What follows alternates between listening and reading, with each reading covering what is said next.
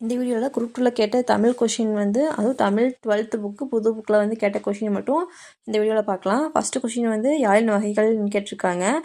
இது வந்து page number 140 இருக்குது. சிலப்பதிகார நூல்வெளியில் இருக்குது. நரம்பின் வகைகள் 4ன்னு கொடுத்துருக்காங்க. அந்த பாக்ஸில் அனகன்கிற சொல்லு ராமனத்தை குறிக்குது. இதுவும் 12th நியூ புக்கில் இருக்குது. பேஜ் நம்பர் 55 கம்பராமாயணத்தில் இருக்குது.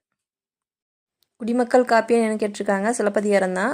முன்னாடி பார்த்தோம்ல யாழின் வகைகள் அது கீழே தான் கொடுத்துருக்காங்க. இந்த பாடல் வந்து இனிக்கும் இலக்கணத்துக்கு கீழே படிமம்னு சொல்லிட்டு அந்த டாப்பிக்கில் வர பாட்டு அப்படியே கொடுத்துருக்காங்க. எந்த ஒரு வேர்டும் கூட மாறாமல். இது காப்பி இலக்கணத்துக்கு கீழே வந்து பேஜ் நம்பர் 149 வந்து சொல்லியிருக்காங்க. ஐம்பெரும் காப்பியம் என்ற சொற்றொடரை தம்மி உரையில் குறிப்பிட்டவர் மயிலைநாதன் சொல்லிட்டு. பேஜ் நம்பர் 69 வந்து மொழியை இயல்வோம் கீழே வந்து ஒவ்வொரு தலைவர்களோட கட்டுரை கொடுத்துருப்பாங்க. அதில் வந்து உயர்தனி செம்மொழி